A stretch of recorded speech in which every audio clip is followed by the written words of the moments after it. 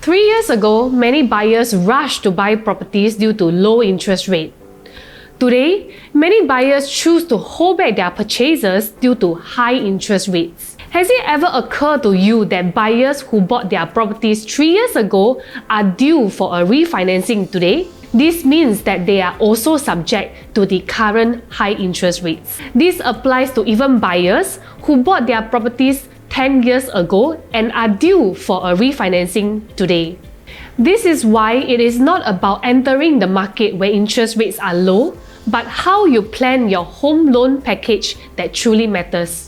In today's episode of Ask Joy, I'll be sharing with you 3 tips on how to maneuver yourself in the current high interest rate environment. But before I get into the details, I will really appreciate it if you can hit the like and subscribe button on my channel so that I know the content I have been creating has been useful for you. Tip number 1. Strategic planning of home loan package. Interest rates have always moved up and down in the past decades.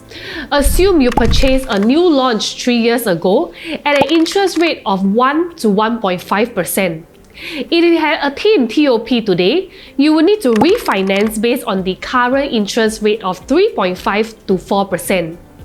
If you have bought a property 1 year ago and locked in a fixed interest rate of 1 to 1.5% for 3 years, the current interest rate environment definitely will not have any impact on you.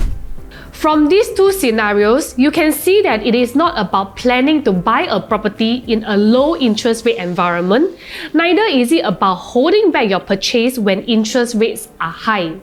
It is about what loan package to take up in order to ensure that your average interest rate for the next 10 years is at the lowest.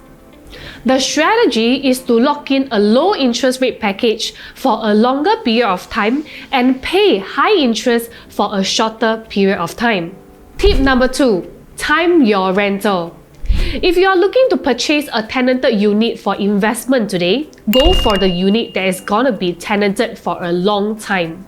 A remaining lease of at least 2 years at a high rental rate will be most ideal. This is so that if the interest rate drops, you can still collect high rental. If you were to lock in a 2-year fixed interest rate between 3.5 to 4% now, and the unit that you're buying is only left with 6 months tenancy, the risk is that you will not know what the rental rates will be like 6 months later. Tip number 3. Target sellers with high profit margin, and how you can determine this is by knowing the seller's break-even price. These are 2 different transactions done within the same stack in Martin Modern.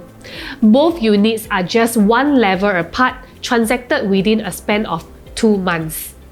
Although it is just 1 level apart, the entry price is a difference of 140,000, placing the new owner of level 10 in a very good position because this 6-figure saving can help to balance the increment in the mortgage payable.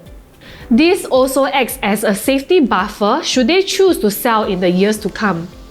So, how do you spot such seller? We of course need to do the necessary homework to understand what is seller's break-even price. As you can see here, seller of level 10 made their purchase a few years ago at 2.877 million. Plus the other fees such as property tax and maintenance fee that have incurred over the past years, break-even is estimated to be 3 million. They are therefore more inclined to consider any offer above 3 million.